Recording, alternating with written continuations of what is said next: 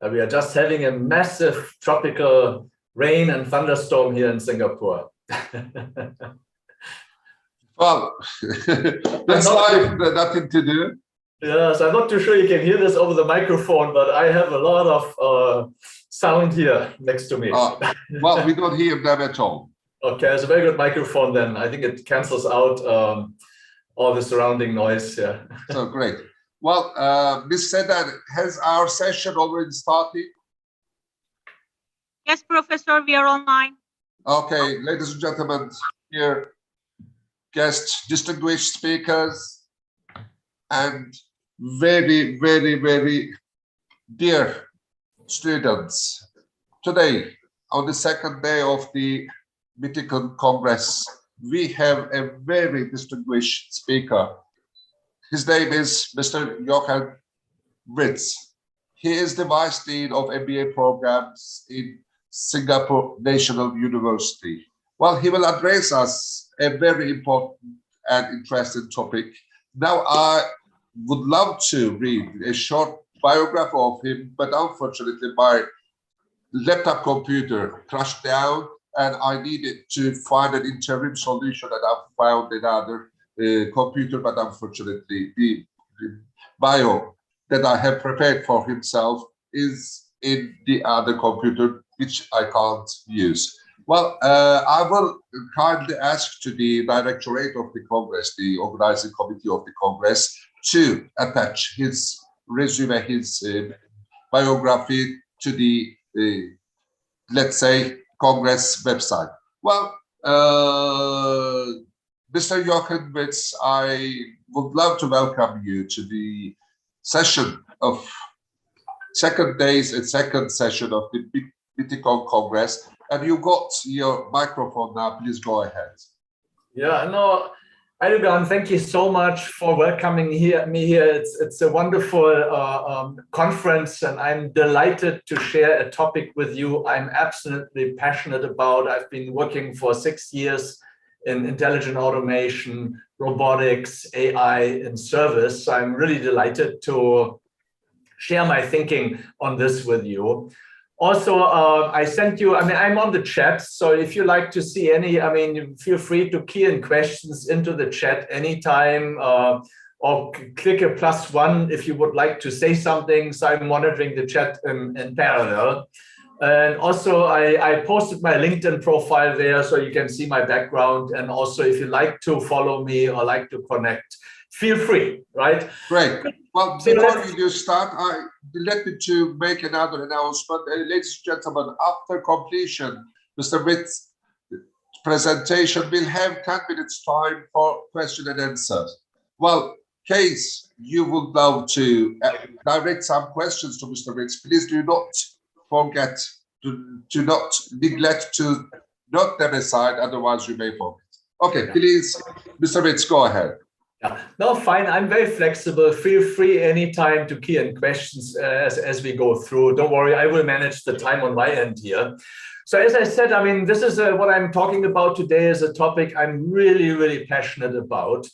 And the reason is that I firmly believe that when we look back 50 years from now, we will say, wow, the 2020s is really when the service revolution started to gather pace. And why I'm saying this is, look, we had the agricultural revolution. We had the industrial revolution, and they brought to us food and goods at unbeatable prices and quality for the masses. And they have resulted in an incredible increase in standard of living over the last 200 years for the entire world. And I believe that exactly the same is now happening in the service sector, which has been lagging in this quest for productivity over the last 200 years. A haircut 200 years ago is not that different from today in terms of productivity, but whereas making clothes or building cars or something has achieved unbelievable levels of productivity. Why I believe the service revolution is gathering pace is simply because everything is coming together now. All this technology is getting better, smaller, more powerful and cheaper almost by the month. And what I'm talking about here is analytics, natural language processing, biometrics, drones, physical robots, chatbots, mobile, cloud, you name it, right? All of and every one of these frontiers, technology is developing at breakneck speed here. And I tell to my kids and to my young students, it's so exciting for you because you will see where this will lead us over the last 50 years. And this will be an unbelievable transformation. And I mean, what we've had over the last 15 years is the beginning. I mean, think about this 15 years ago, no Airbnb, no Uber, no Facebook, no smartphones, right? So what happened in a very short period of time is going to gather even more speed. And don't forget, we have an insatiable demand for services such as healthcare, education, leisure, tourism, hospitality, and so on. So there's going to be so much demand, and currently healthcare is too expensive, education is too expensive, and these technologies will really allow us to scale these type of services and bring down their costs, not just by a few percentage points, but by a 10x plus factor. So it will be an unbelievable revolution here that is coming through. Now, I mean, let me put this in perspective. Also, what will happen is, of course, I mean, I will go through this here. We will change how we design service. We will change how we deliver service. And many services will be like Google today. And I explain to this a bit later, but Google doesn't have customer service employees. All of their services are fully scalable and automated. And I will come to this a bit later here. And even physical stuff, at least the guys in the audience here, in 5 years, I promise you, we will be able to go into a hairdressing salon. There will be a smart mirror. That mirror will analyze our head shape, will analyze our hair, and then superimpose possible haircuts. And you can swipe them away if you don't like them. And once you find one you like, you press click, and robots will come and do your haircut for you. I mean, that is the future, yeah? And it will be a bit like, think about it, before the Industrial Revolution, ladies bought maybe one leather handbag in their life. They had to save for months to buy this. And today, after the Industrial Revolution, right, you can buy a new handbag every month if you like, right? You have to work very few hours to buy this. You don't have to save a lot, if any, to buy this. But what we still have, there's still the Hermes or the Louis Vuitton, there's still the handcrafted luxury kind of goods industry. And I think services will move in the same direction. We have the almost free or very low cost, scalable service solution, but the face-to-face, the people delivered in many cases, the cost differential, the price differential will become very high, similar to what you have with luxury goods and ordinary goods in our economies today. So I think that's where we are going. So in short here, what I'm seeing is, let me see here. We have agricultural revolution, then we have the industrial revolution, and today we are really in the service revolution. And what that will fix is these things here, awful pictures we don't want to see anymore. And these are real pictures of service. The first one here is a bank. These were all taken by my co-author, Pascal Bonnet, who, by the way, I mean, this whole intelligent automation book here, which I'm using this part of this presentation from, is really written by 3 people who are, 2 of them are practitioners. Pascal was the McKinsey practice director for AI and robotics in Asia. He's now with Era Technologies in San Francisco. And Ian Barkin is another practitioner. He built a call center automation company, which he sold for tens of millions of dollars to Sykes. And he was working with them for some time, but is now independent again. So it was great fun for me. I'm an academic, and I work with these 2 practitioners here on really bringing academic research and practical insights together. So Pascal, these were his clients. So he worked with these companies here. So the first one is a bank. The second one is a train company, transportation. And this is horrible service, right? It's horrible. I mean, you wait and you don't know when and how long, and it's inconvenient. So intelligent automation will be able to get rid of these kind of services. There will be no more waiting. And even the employee experience, this is the back office. This is the back office here of a global MNC insurance company in Malaysia processing 400,000 invoices per annum. Can you imagine you're an employee there, how boring that is and how terrible that is? And what you see here is really the this office today it was over 40 people. Now it's 3 or 4 people only, and it's most of 99% of all invoices today are processed by intelligent automation solutions here. So that's where we are going. And I talked about the employee experience. So what we are looking for really is here a quantum leap of improvement for customers and also for employees, similar to what we've seen in the Industrial Revolution. Now, I mentioned before, this is not one technology. It's not, people always say, oh, AI. AI is just one technology and it's not even the customer interface. So we're talking about a whole set of technologies that together deliver end-to-end customer service. And the first one here, the first capability is vision, computer vision.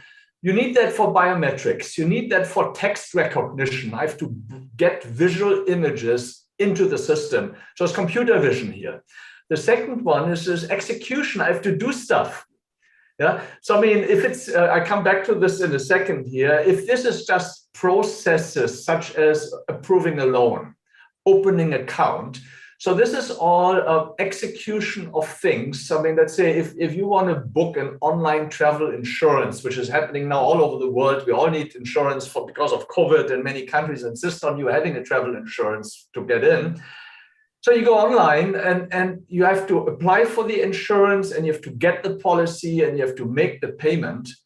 And the whole idea is to do this end-to-end without human intervention. So you need execution, and this is robotic process automation. It is smart workflows, right? Where you issue the credit card, where you ship the credit card and all of these things. The next one really is language. So the system has to understand and derive meaning from spoken words and from written words here. So this is natural language processing as a technology. And the last capability is really to think and to learn. So this is really analytics and machine learning. And these technologies all have to come together. And I will give you one example a bit later.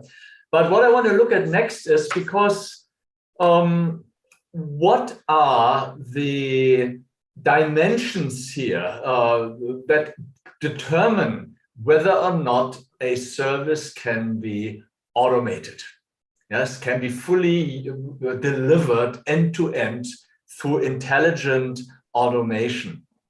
And there are really 3 dimensions here. The first one is it a tangible or intangible task? The second is that service social emotional or is it cognitive analytical? So where is the core value proposition? And the last one really is how often does it happen? And each time it happens, how similar and how different is that process? Yeah. So let me give you one example here. Let me go through each of those with an example. So some of you have the microphones on with background noise. If you wouldn't mind, just switch off microphones unless you want to ask a question, of course. Yeah, then feel free to raise your hand if you want to say something. Yeah. Okay, thank you. So the first dimension really is it a tangible or intangible action? And if you look at the media, you look at YouTube, you look at Facebook, what you see is that there are tons of robots. You say Boston Dynamics is a very famous robotics company. Robots dancing, robots throwing boxes and catching boxes and go working in fulfillment centers and warehouses and so on. I mean, in hotels, they have robots that deliver food, room service, that deliver suitcases to your room. And these are, of course, all exciting, and they're happening, and they're moving. And this will happen over the next few years.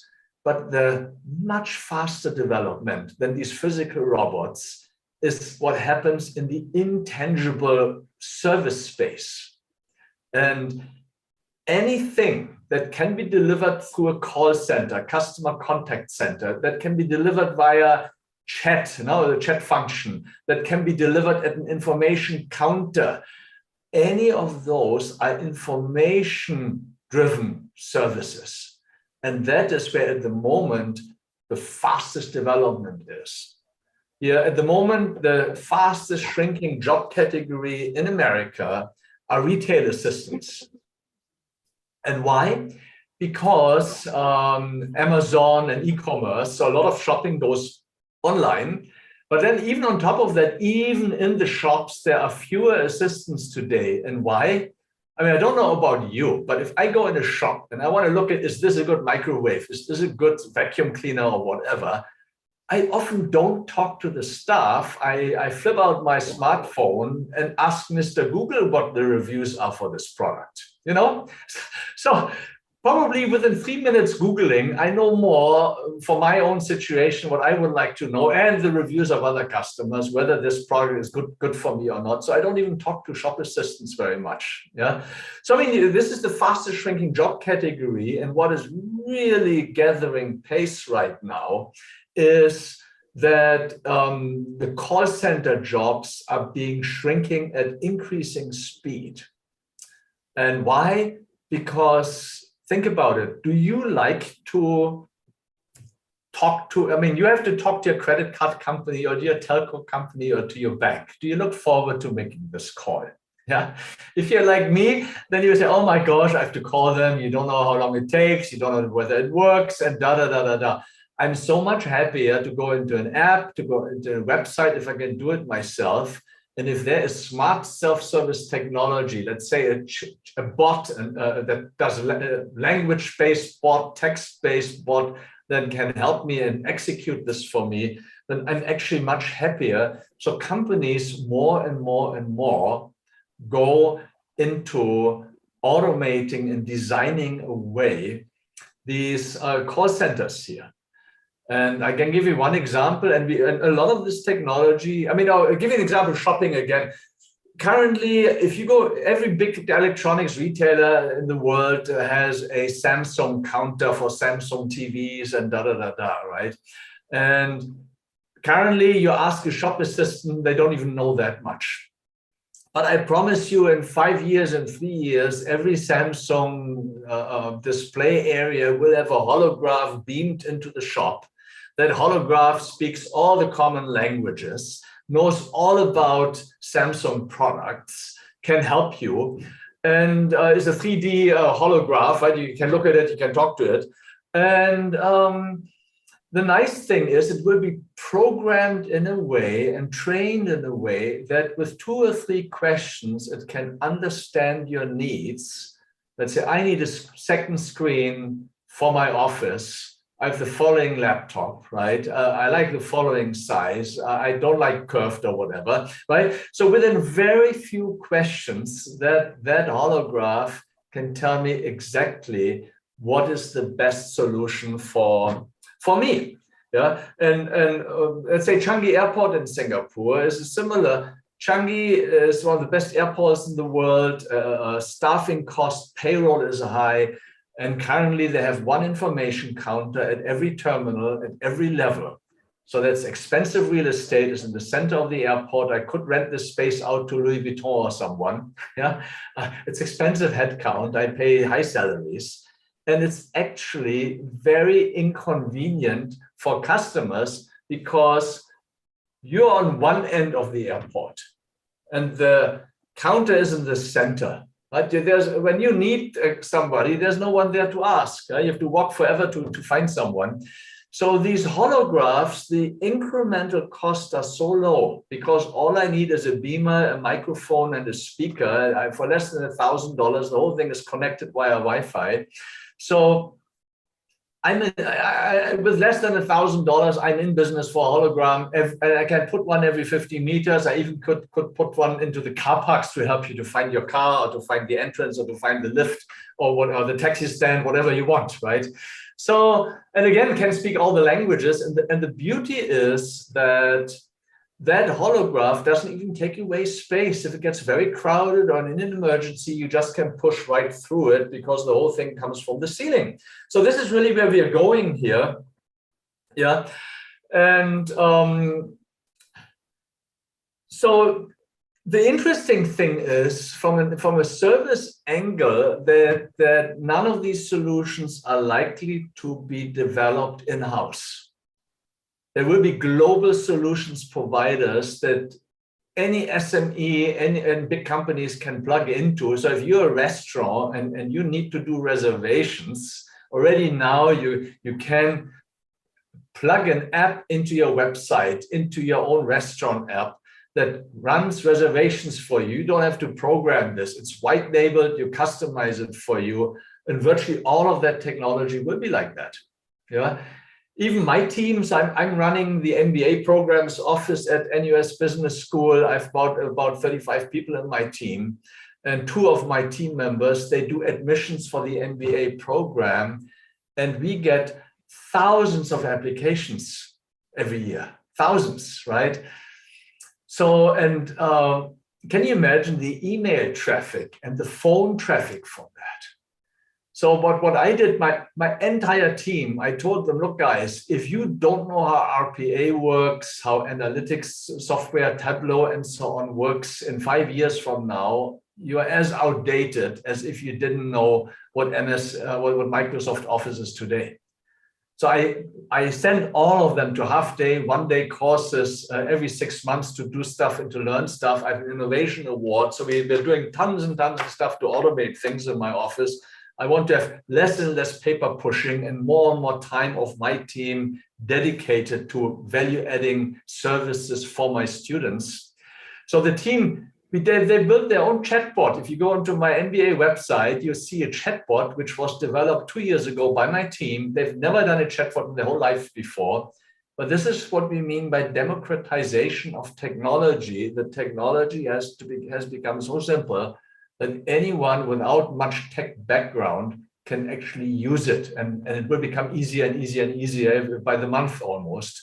So what my team did, we have a license for IBM Watson at the university. So we built the chatbot on IBM Watson. They converted the FAQs, the frequently asked questions, into the bot. And then every week they update it. Whatever the bot couldn't really answer properly, they will improve it. And can you imagine, in the first month of the launch, that bot had 20,000 unique conversations with potential candidates. And it's unbelievable, right? Can you imagine the amount of time my team would have had to spend? They couldn't deal with it. So our reach, our capacity to engage with potential candidates has just been amplified multi-times. And all of these boring questions, such as when is the application deadline? Do you have scholarships? Can I have a GMAT waiver? All of these questions are now handled by the bot, and my team can really focus on those candidates we really want to have in the program and on the more interesting questions, right? So, I mean, this gives you an idea here. So is it tangible? Is it intangible? Both will come. But at the moment, what's really racing ahead is anything intangible, anything at an information counter, in a call center, anything you do via email. That's all the stuff that will be automated the fastest. Now, the second dimension really is this cognitive analytical, and you can see any level of cognitive analytical type of service, bots, robots, intelligent automation, will be better than people. We can design the services so that robots will be better than people. And the other is, of course, if it is very emotional or social in nature, so the core service is emotional and social, for the foreseeable future, we will have people deliver the service. And why? Robots don't have feelings. They don't have agency. They don't say on Friday afternoon, I'm so happy I go for a beach resort over the weekend. They don't do that, right? So for marriage counseling, PhD supervision, going on an adventure holiday, whitewater rafting, you need people who feel with you. Yeah. So it's the feeling economy. Ming Hui calls this the feeling economy. And then interestingly, when you look at when it becomes very complex emotionally and very complex analytically, this space will really be delivered by robot AI people teams. And let me give an example. I mean, this was a very famous story, I think 4 years ago now. They pitted the world's best dermatologists against an AI.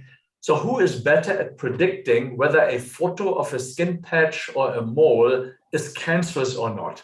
So they took a picture and then they analyzed the skin patch and saw whether it's cancerous or not. And I mean, you can guess, right? The AI won against the world's leading dermatologists here.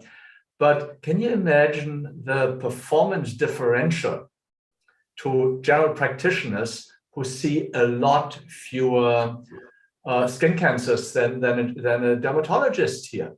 And I promise you, in a few years in America, if you do not work with AI support and you misdiagnose someone when AI would have not made this mistake, you can be sued for malpractice. And I give an example. I mean, my daughter lives in Munich, but she visited us in Singapore and she came down with fever in Germany after having been to Singapore. She went to her GP and the GP had no idea what she had because my daughter had dengue fever. And in Germany, there is no dengue. And therefore, that doctor had never seen dengue before. So that doctor would have never been able to diagnose this correctly. But then, of course, my daughter knew because the whole family here had dengue. And she said, look, I just returned from Singapore and my family had dengue. Can we test me for dengue? I think I have dengue. And then the doctor said, of course. So then they did a blood test and it is dengue. But in future, a doctor will have an AI that reads your history. I mean, all your data are in this AI, and whatever diagnosis and so on will be captured in real time by the AI. And the AI will recommend a hit list to the doctor, and it will say 99.5% probability all of these symptoms here match dengue. Please ask the patient whether she has been in the tropics recently. And then the doctor does that, and if it's confirmed, then the doctor can say, okay, let's test for dengue here. So that's really the future in service delivery here. So we talked about tangible, intangible, emotional versus cognitive. And the last one really is this task happening a lot or only few times? And each time it happens, is it each time the same or is it each time very, very different? Yeah. And you can already see high volume, very similar tasks will be delivered by robots. So every hotel has to deliver suitcases to hotel rooms, pick up suitcases from hotel rooms, deliver room service to hotel rooms. So this is very similar tasks, happens a lot, so I can deploy a robot for that. On the other hand, if you think about a handyman in a hotel, right? That handyman has to be able to fix chipped furniture, fix a carpet again, change a light bulb, open a safe, right? Each time is something different here. There's no way a robot in the foreseeable future will be able to replace such a handyman. So his job is very safe in that space, right? And in between, you see again, there's a robot and human teams. And this is a bit also like what we see in factories today. If something doesn't happen so much, but reasonably often, and often it has then heavy lifting involved, unpleasant tasks involved, that's where we bring in robots. And the leading country for this at the moment is Japan and healthcare. Why? It's a very aging society. And it's very heavy, back-breaking work to lift patients out of beds, into wheelchairs, getting into bathtubs, and so on. So in Japan, so many nurses work together hand in hand with robots to precisely help them. with the heavy lifting here. Yeah. And what you see is also, what I discussed here so far is again physical tasks. If you think about, again, intangible tasks, this entire line is being shifted down. Give you an example. Within a single hotel property, you may only have 20, 30 spa reservations a day.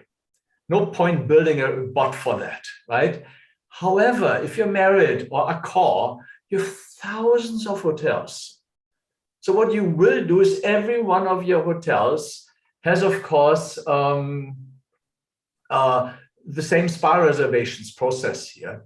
So then you design one solution, which you then push into every hotel. And the hotels, of course, they can customize a little bit, but probably many hotels will have to redesign how they handle spa reservations to fit that solution here. And that's probably white labeled. So you put your hotel logo and all of this in there, and you can customize it a little bit. But because it's an intangible task, I can automate it, even if at the individual hotel it doesn't happen a lot, but system-wide it happens a lot. So I can automate the whole thing. Yeah, so what I'm interested in very much is what I call end-to-end automation of customer service processes. So ideally, I do not have a person touch them anymore. And Google is sort of the world champion in this. Google has an allergy against operational headcount. They typically don't hire customer service staff. They have billions of customers, billions of transactions. If they started to talk to you, the business wouldn't work anymore. So more and more will be like Google, and that means processes will be a lot simpler and fully automated. And let me give you one example here. I mean, no need to see the details, but what you see, this is really from acquisition of a customer to issuing a loan, everything fully automated. This is from a New Zealand bank here. And I think what the takeaway here I want to show you is it is not one technology. It is a lot of technologies that are integrated and work together, including APIs to the police, to credit rating agency, to government for identity check, and all of that, right? But it's end to end. And what this bank also did, this is what Pascal worked for this bank. He was working with them for a long time for digitization. So let me show you, they also designed a digital agent. And this is, her name is Jamie. Jamie was launched over 2 years ago now. And Jamie pops out from your ATM, from your smartphone, from your website. I'm pretty sure you will have a 3D Jamie beamed into the bank branches where she can welcome you and address initial questions, quick questions you may have, and help you where to queue and what to do and so on. Jamie, again, is typically the ANZ Bank, the bank where it's from, did not develop Jamie. Jamie was developed by a company called Soul Machines that then customizes Jamie to ANZ Bank. Yeah, and Jamie's, of course, the name ANZ gave. But the whole thing is, I mean, that company, again, is a plug and play solution for what they call digital people. So Soul Machines is digital people. So let me give you an example here of Jamie. I'm really pleased to have helped so many people, but I've only just started my banking journey. I still have I'm so sorry. so much to learn. We can't believe that it's been 3 months since we launched Jamie, and we're really pleased with how she's going. I think customers generally are loving her. She's had well over 12,000 customer conversations. Lots of people ask me how to open an account. She's an evolving piece of work, and so by putting her out into the world, we're able to find out how people are responding to her and what they think and what they want from her. Hi Jamie, how can I get a new credit card? I can help you order a new credit card. Since launch, you've been available to customers 24 hours a day, 7 days a week. How are you coping with the workload? It's nice of you to ask, but I'm a digital entity and I don't need to sleep. But sometimes, when no one is talking to me, I watch cat videos on YouTube. Don't tell ANZ I said that. Yeah, so you met Jamie here now. A lot of what you've seen here is actually from our book on intelligent automation. And I will post, I posted a video on the chat. And the other thing I will give you on the chat, let me just copy this here. Yeah. So I only for you in this conference for a few days, I make the whole book available for free. So if you go into the chat, you can download the entire book for free, but please do not share it with anyone. We're still selling like 700 copies a month of the book on Amazon. So don't cannibalize my sales just because I'm nice with you, okay? So it's just for you. But this is really the technology from, as I said, so this book was written by Pascal and me and Ian. And of course, what I have done is also a ton of academic research. And you can see here some of the papers I have. If you need something for your students, at the bottom you see the service revolution, this maroon color here. This is a very nice short article you can give to students to read exactly the story I told you here now. And the QR code leads you to my ResearchGate account. And with this, let me say thank you here. And I've seen there are a lot of questions on the chat. Let me just stop the sharing here. And I'm very happy to either take face-to-face questions or to take questions on the chat, as you wish. Yeah, anyone wants to, you want to read out your question or mention your question, or do you want me to go through the chat? Well, thank you very, very much for this excellent presentation, Mr. Ritz. Well, we already have 2 questions in the chat boxes. Well, I will direct those to you right away. But if you please do allow me, I'd love to make a resume before I give the words to the audience. Well, Mr. Yetkilisi, the Vice Dean of MBA programs in Singapore University, and he has mentioned about the importance of intelligence automation, especially in the customer experiences. Well, he has told us that the components of intelligence automations can be grouped under 4 main headings: vision, execution, language, and think and learn. Well, for those components can be used for virtual, physical, and service robots. Afterwards, Mr. Ritz has told us that service robots can be used anywhere in our everyday lives, but especially for consumers' experiences. Well, they can be, how they can be deployed was one of his main points.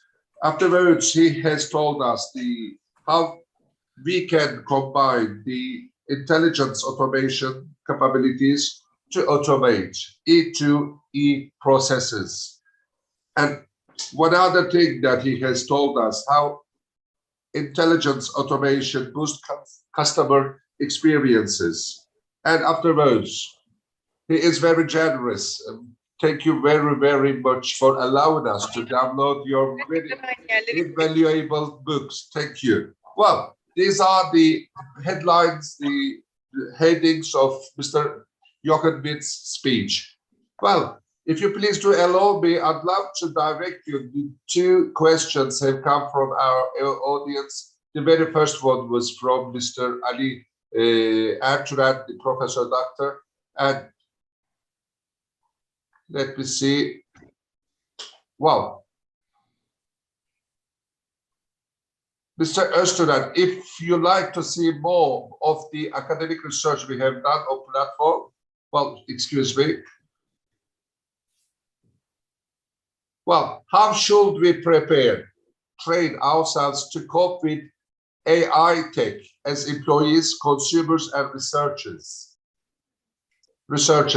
when considering the possible consequences and misuse of an AI? The key question is, who is responsible for the actions of an IA?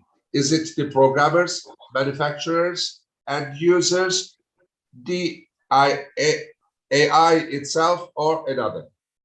Please, Mr. Ritz. No, of course, I mean, assuming no criminal intent, yeah? Criminal intent, of course, the criminal is responsible, but if it's no criminal intent, then of course it's the service firm. I mean, you already see autonomous cars. If something happens in an autonomous car, if Tesla crashes and people use the car correctly. Right? At the moment, you're not even allowed to use this car as a fully autonomous car.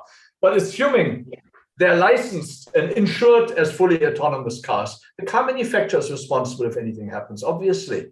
This is always the service firm, and this is how it will be. Yeah.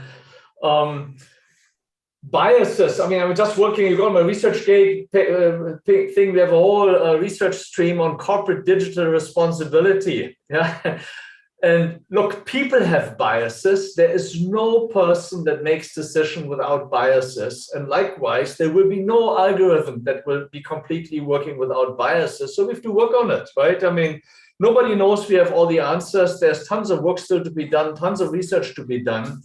But what we know from initially is that technology is probably better. I mean, whether it is driving, what we see, autonomous cars will make less accidents than people, and algorithms will make fewer errors and biases than people. One of the big examples for all of this digitization, what Pascal did in banks across Asia, is, for example, compliance, know your customer, money laundering, fraudulent transactions, credit card fraud.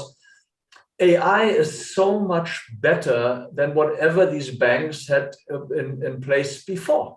Yeah, so actually things will be a lot better. One of the things AI forces you to do is tidy up your processes, right? You will have to redesign processes so that you can actually scale them. And so it's a bit like, look, in the old days when we had handcrafted goods, furniture, leather bags, shoes, and all of this, every workshop had their own little things on how they did things. If you want to mass manufacture, there's a completely different process. And I think services are no different. Yeah, they are no different.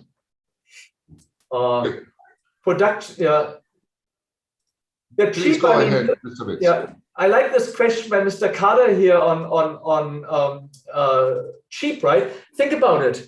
Already, a lot of what we have from SiliconValley.com and so on, and the fintechs like Wise is one of my favorite, or Revolut are my favorite fintechs here. Their services are virtually free. Think about YouTube, think about Google, think about Facebook, think about Wise. These are services that were incredibly expensive 10, 20 years ago, or not even available. And today, anywhere in the world, whether you're in a developing country in Africa or Latin America or Asia, or whether you're in a developed country like the US, you have the same low cost. For example, I have a website and my developer is in India.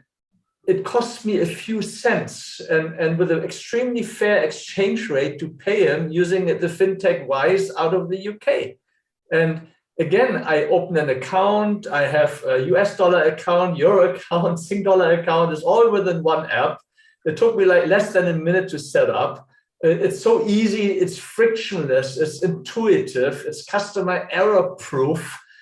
I have been using this app for over a year. I never emailed, talked, interacted with an employee of Wise. I think that is the future of service. And that's what we mean by dramatically increasing our standards of living, that we can consume a lot of things that cost very little or almost nothing. Yeah. So I think in particular, the developed world will benefit from many of these services that currently are incredibly expensive, especially when you think of base of pyramid services. They're very expensive. And with smartphones, with biometrics, I mean, there's so many startups here and services for banking the unbanked using biometrics and smartphones. That means illiterate people and people without passports and without a birth certificate can get a online bank account to receive money and pay money and store money. Yeah, so I think it's very exciting.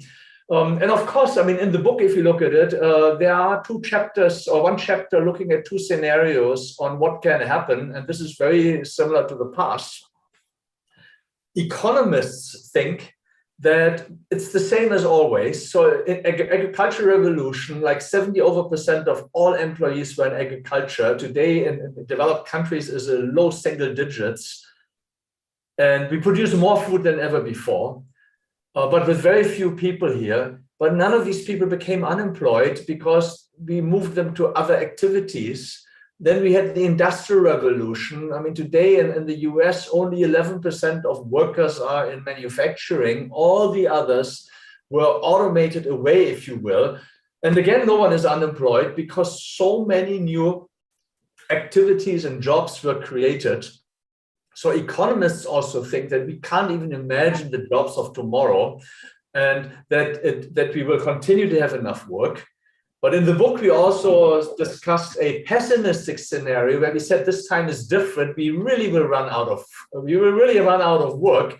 And that means we won't have enough jobs, that everyone has an income. So we have to think very carefully of how do we have a social net in terms of, and how do we give people meaning in life, so that has implications on education, on training, on how we communicate to people. At the moment, at least in Western societies, we identify ourselves through our jobs. But 500 years ago, people had money and they didn't care about jobs. You know, they had other things they were proud of and spent their time with.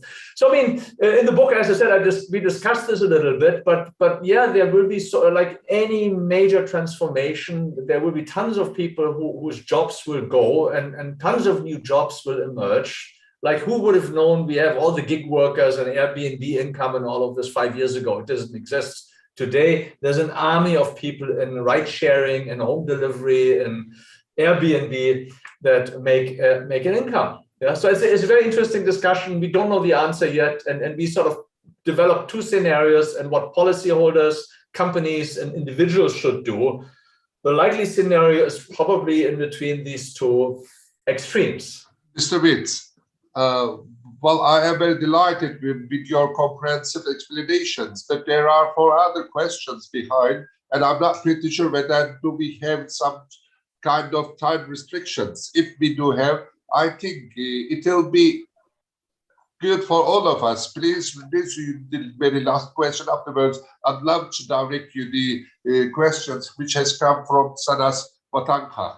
And Mr. Faizan Ali has also a series of questions. He has already directed 3 questions in series, and I'd love to direct those to you as well. Yeah, I'm fine with time. So, I mean, the question I see here is who owns the data, right? I mean, that is up for discussion. Yeah, we don't know yet. Currently, companies grab the data and own them. Anonymized aggregated data at the moment are not very protected. So I cannot share individual data, but I can share insights I derive from analyzing masses of data. So there is a lot of legislation. I mean, data privacy is a bit more developed, but more in the EU, somewhat in America, and very little in Asia and other parts of the world. Again, I mean, I'm working on this massive project on corporate digital responsibility, where we think about those things, and you can download this from my research gateway. You can see it also talks about algorithm biases and all of those topics. And there are startups. I mean, I just 2 weeks ago invested into a company called DataSwift, which you may know Professor Irene Ng. She started this company like 12 years ago, and they do something called data passes, data passports. And that means you own the data as an individual and you grant access to the data to a company, to an app that wants to use them. So I don't think this whole space in terms of business, in terms of also research, is open for grabs, right? I mean, we don't know yet. There are a lot of people who think about it, to do research on it. And I think it's exciting as any one of you wants to go into this, yeah? Any answer? I mean, the next question on tourism here, you want me to take this one? I mean, look, we said before, if the core value is emotional and social. We need people to deliver those. And of course, hospitality, tourism, leisure, a lot of it is in that. But don't forget, even a restaurant has a website, has an app.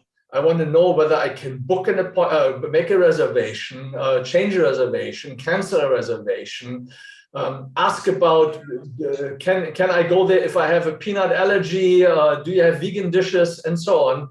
So none of these are value-adding sort of activities that need deep emotions. So for all of those, so the before and after the core service, all of that stuff will be delivered by apps, I mean, you can call it IA, you can call it service robots, or you can just call it also AI-powered smart self-service technologies, right? I mean, there's different terminology you can use for those. Yeah. Well, and I mean, to spend money, let me also say this. Actually, at the moment, you do not have to spend a lot of money in terms of developing it. It makes no sense for you as a small business to develop a reservation app. This is plug and play. There's tons of stuff out there. I mean, even my team for MBAs, we interview shortlisted candidates. We don't have a person schedule this stuff. This is self-service. We have a plug and play stuff on the website, which you get access to once you're a qualified applicant. And then you pick your own slot, you manage your slot, you cancel your slot, you change your slot, whatever you want to do with this. None of my team members, in the past, we used to have emails and calls on arranging those interviews. It's a ton of time, no value add, frustrating for everyone. And this is precisely where such smart self-service technology comes in. oh, thank you very much. Mr. Mitch, Sanas Batangha has directed question. The story behind intelligence, intelligence automation and artificial intelligence is very interesting. However, I wonder if this is a real inclusive opportunity, how disadvantaged groups are being taken into consideration while designing and implementation such technologies. I mean, obviously, this is like any other business.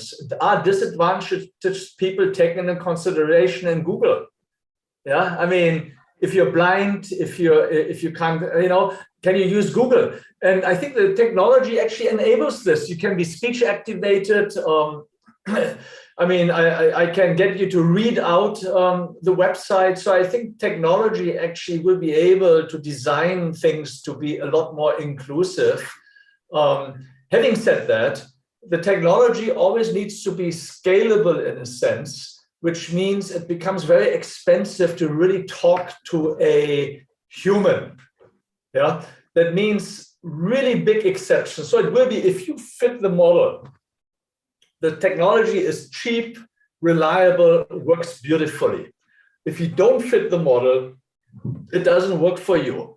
Now you can ask, is it the job of Google to make it work for everyone, or do we need regulators who help with people who can't do this? Let's say if you're mentally handicapped or something, does that work, right?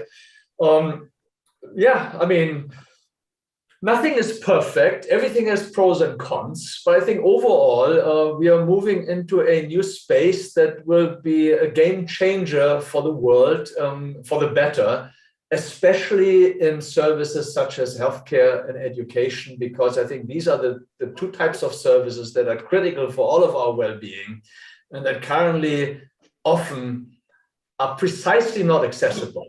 I mean, you try to get an appointment in the public healthcare service in the UK. I mean, if you don't have money and you can't go private, you wait forever. Yeah? And I think all of that technology will make it more accessible to more people. I mean, think about Coursera, think about Khan Academy. You can be sitting in a third world country as long as you have access to the internet. You can get fantastic education into almost anything. Nothing stops you. I think this is a hell of a lot more inclusive than what we had 20 years ago. Well, Mr. Ritz, I think we have consumed the time that allowed for us. Operated, there are some other sessions after our presentation.